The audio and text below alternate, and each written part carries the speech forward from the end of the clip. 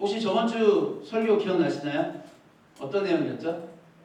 간단하게 말하면 요셉이 흉년이 들기 전에 7년 동안 이제 풍년이 오면은 그것을 그 모든 곡식을 저장하기 위해서 창고를 만들었죠.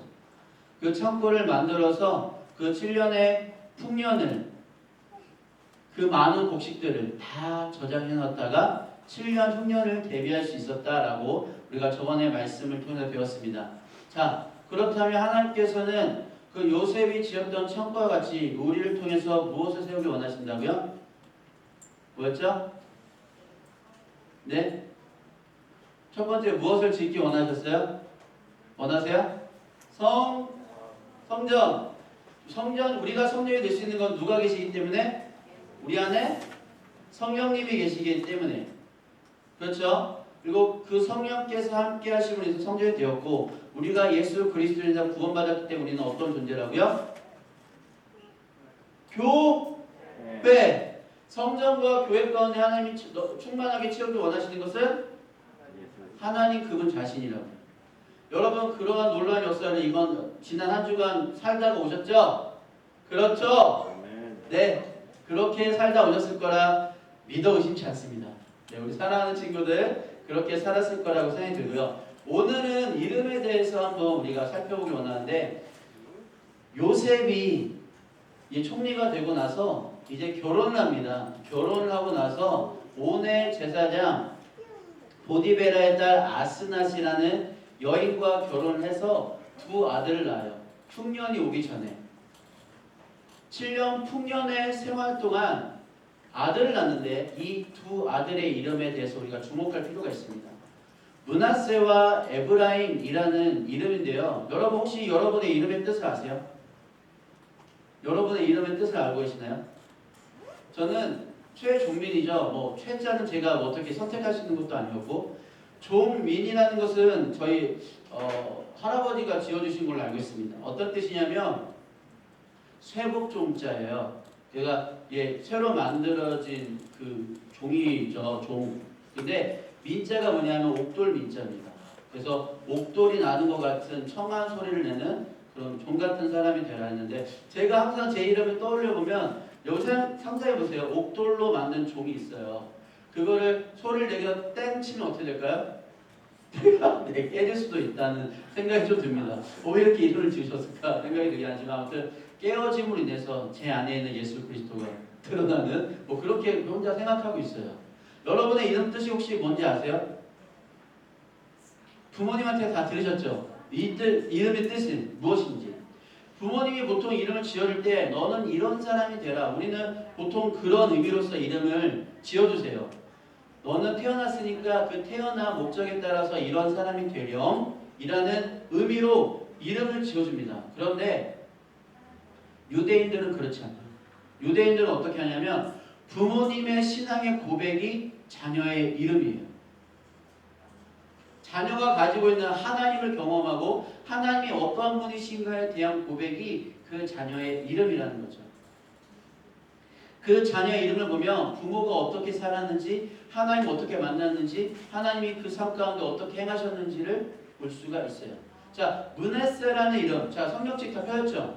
성경책 폈으면 여러분 보통 성경책, 모든 성경책에 그럴 거예요. 갑주가 있습니다. 그 위에 므낫세라는 이름 앞에 가로 1번 있죠? 있죠?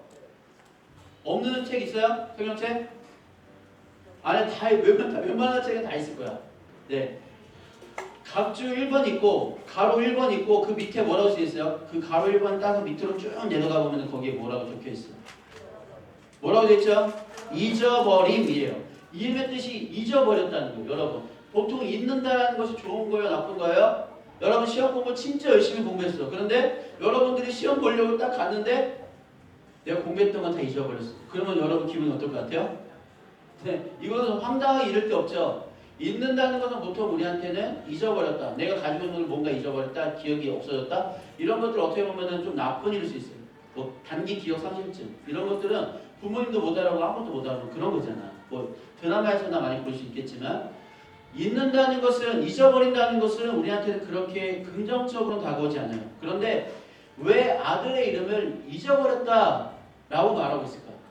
오늘 말씀이 아까 전에 우리가 두 번 읽었던 51절에 보게 되면 요셉이 그의 장남의 이름을 무엇이라 말했다고요? 므낫세. 잊어버렸다. 이 아들의 이름을 이제 잊어버렸대요. 만약에 제가 요셉이라면은 제 아들을 낳았는데 최 잊어버렸다. 잊어버림. 최 잊어버림. 그냥 애들이 맨날 이름 부를 때만 어떻게 했어? 야, 최 잊어버림, 최 잊어버림. 쟤 이름 진짜 이상하지 않냐? 잊어버렸대. 야, 너 뭐 잊어버렸냐? 애들이 그렇지 않을까요?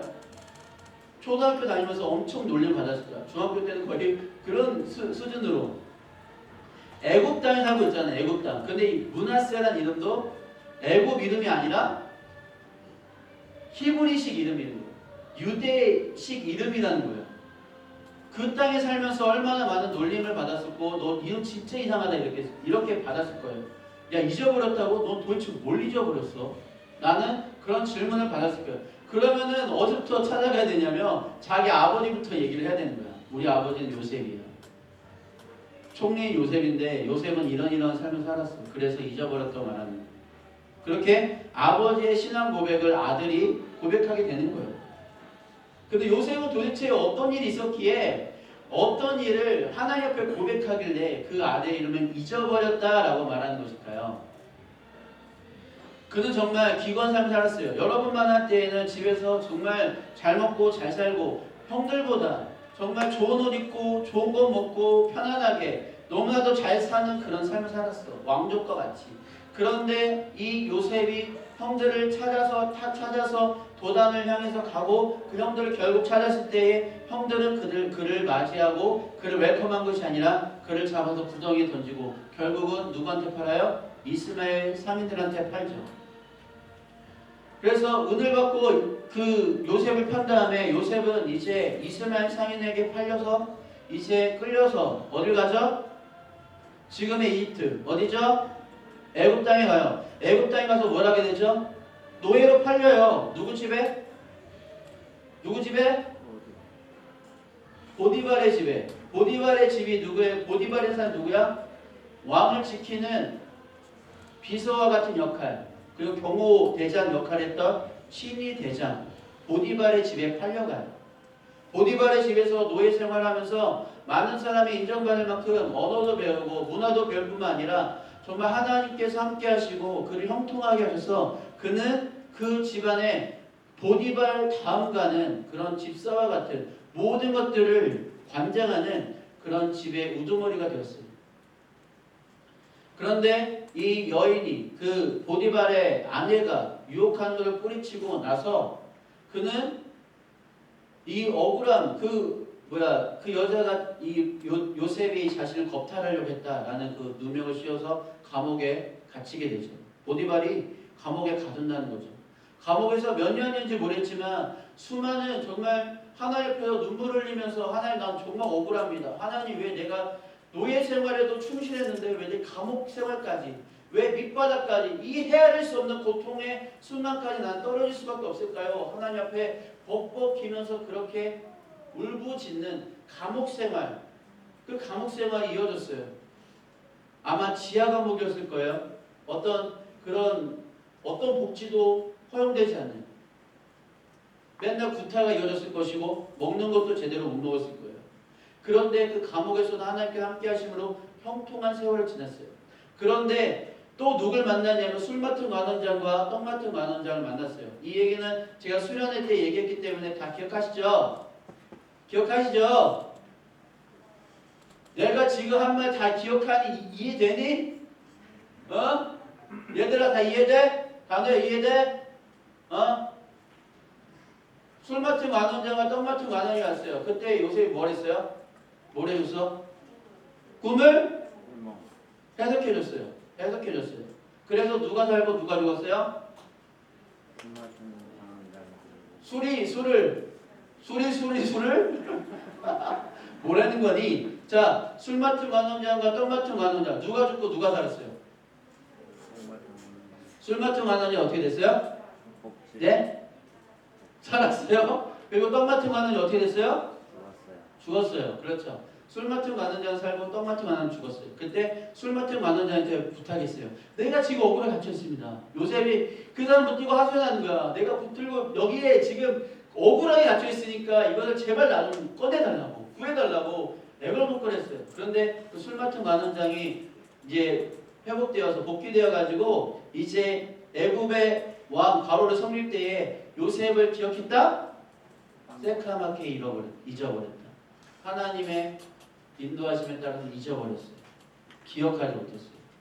그로부터 2년 후에 바로가 꿈을 꾸는데 그 이상한 꿈을 꾸죠. 그것은 우리가 잘 알듯이 7년 풍년 후에 7년 흉년이 들 것이라는 하나님의 계시가 담겨있는 꿈이었어요. 그 꿈도 바로 앞에 서서 해석하는데 그때의 술 맡은 관원장이 왕이시여 내가 당신의 꿈을 해석할 한 사람을 기억합니다. 그러면서 이 요셉을 그 앞에 세우죠. 그리고서는 요셉은 이 꿈을 해석하고 나서 드디어 총리가 됩니다. 여러분 감옥에 갇혀있던 청년이 이제 30세가 된 청년이 감옥에 바로 직전까지 감옥에 있었는데 꿈 한번 해석을 잘해서 이 사람이 뭐가 됐어요? 총리가 됐어요. 이거는 정말 어마어마한 기적이자 어마어마한 놀라운 역사죠. 여러분 저는 이 설교를 준비하면서 여러분의 삶 가운데 이와 같은 놀라운 역사가 일어나길 원합니다. 그런 설교를 준비하지 않았어요. 여러분 나중에 총리 되기를 원하십니까? 성공하고 싶으세요? 뭐가 되고 싶으세요? 의사가 되고 싶으세요? 교수님 되고 싶으세요? 무엇이 되고 싶으세요? 목사님처럼 목회자가 되고 싶으세요? 아니야? 그건 아니야? 여러분이 원하고 바라는 그런 장래의 희망이 있을 거 아니야? 꿈이 있을 거 아니야? 여러분 그것을 향해서 달려가는데 요셉이 그렇게 달려갔을까? 나는 국무총리가 돼야지. 그래서 노예생활도 열심히 하고 감옥생활 열심히 하고. 여러분 감옥에 있는 사람들이 그런 원대한 꿈을 가질 수 있을까요? 아니, 없어. 내일도 모르는 거예요. 출소하고 나서 무슨 일이 있을지 아무것도 모르는 거예요. 삶의 희망과 소망은 없어요. 지금 요셉도 그랬단 말이에요. 그런데 갑자기 총리가 되었어요. 이런 놀라운 역사가 일어난다고? 그럼 여러분들은 당장 지금 어디로 가야 돼? 학교가 아니라 노예로 팔려가야 돼. 여러분 감옥에 갔죠.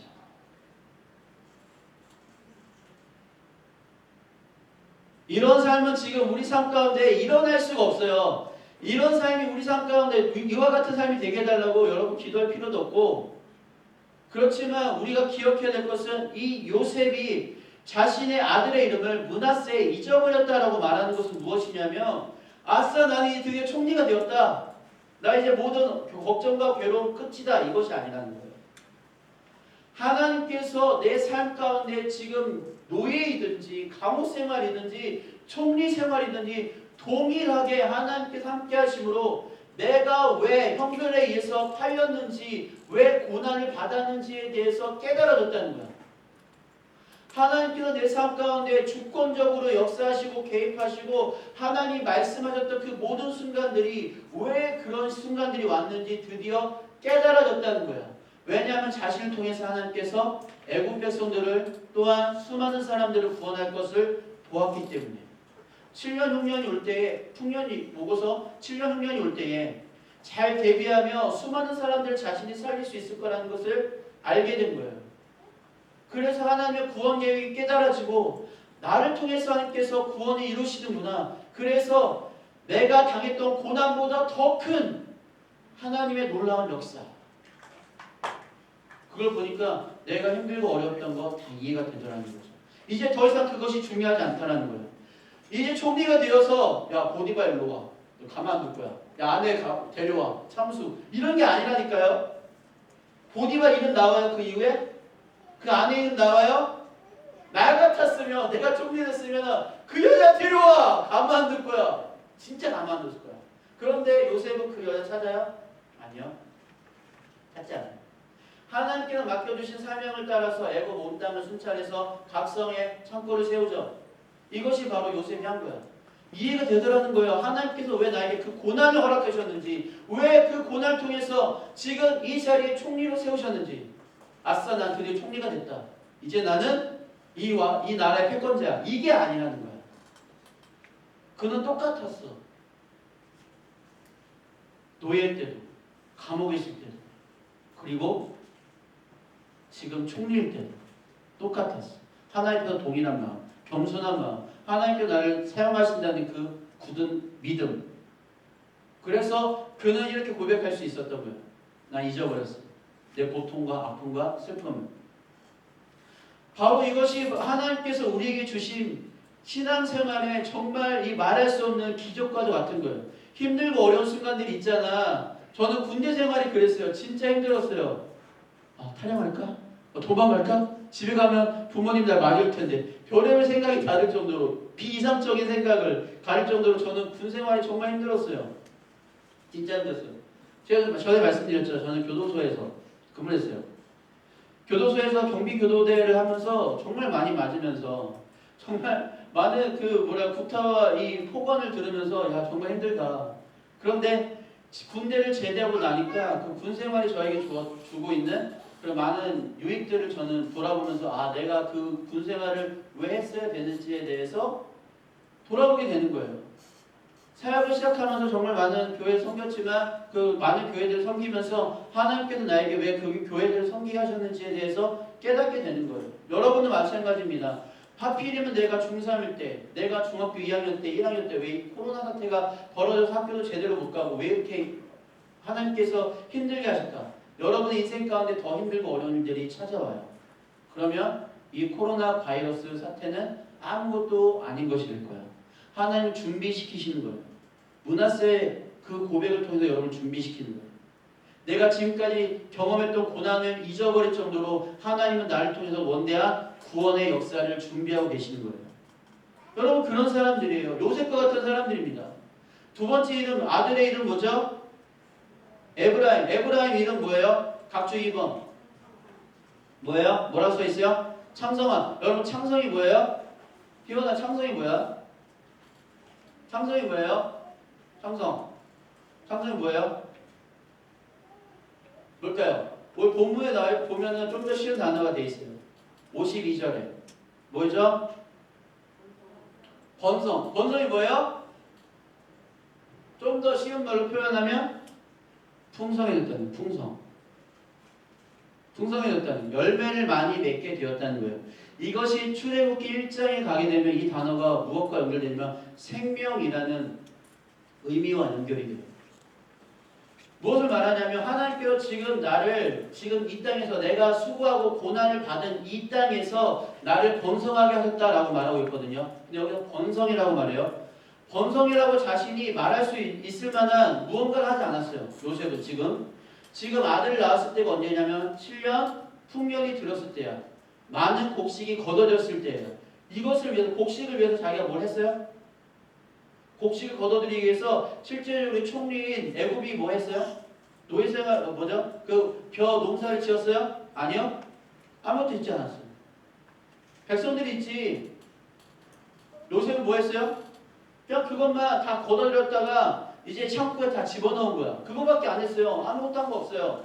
그는 자신이 번성했다고 말하고 있어요.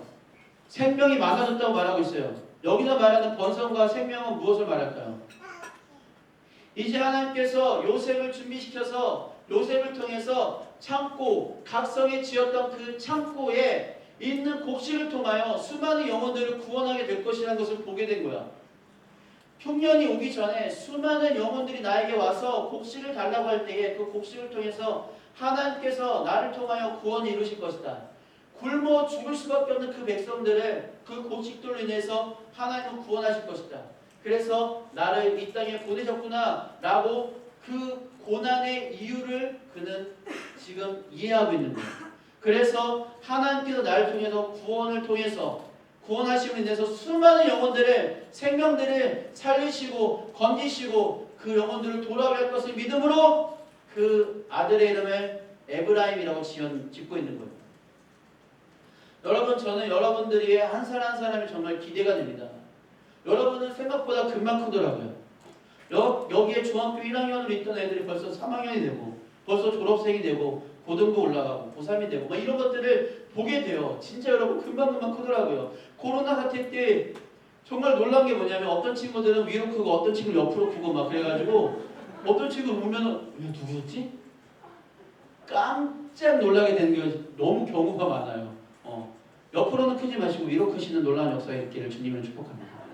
여러분 그런데 여러분들 진짜 금방 커요. 나중에 여러분 눈 깜빡 감고 뜨면 여러분 대학생 돼 있을 거예요.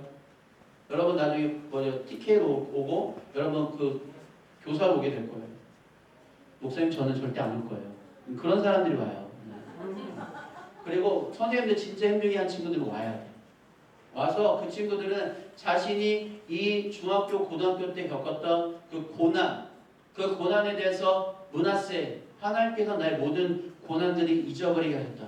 또한 에브라임, 내가 그 고난을 왜 받았는지 이제야 그 이유를 알겠다. 하나님께서 나의 삶 가운데 놀라운 구원을 이루실 것이다. 저 여러분들이 정말 기대가 돼요. 여러분들이 대학생이 되고 장년이 되면 하나님께 여러분을 통해서 어떤 놀라운 역사를 이루실지 정말 기대가 됩니다. 하나님께 여러분을 통해서 놀라운 역사를 이루실 텐데 그런 믿음의 고백으로 에브라임의 신앙을 가지고 여러분들이 사시기를 예수님의 이름으로 축복합니다. 이 에브라임의 신앙, 하나님께서 나를 통해서 수많은 영혼들의 생명을 살리실 것이다 라는 고백 이전에 어떤 고백이 있어야 돼요? 므낫세의 고백이 있어야 돼요. 내가 고통받지만 고난받지만 그 고난은 분명히 이유가 있을 것이다 라는 거죠. 사랑하는 친구 여러분, 지금 코로나로 인해서 여러분 고난을 겪고 있습니까? 선생님들 지금 힘들고 어려운 순간이 계십니까? 있으십니까? 그렇다면 이것을 하나님께서 지금 므낫세의 고백을 위해서 준비시키시는 거예요. 에브라임의 때를 위해서 준비시키는 겁니다. 므낫세와 에브라임의 신앙, 그 고백이 우리의 고백이 되기를 예수님을 축복합니다.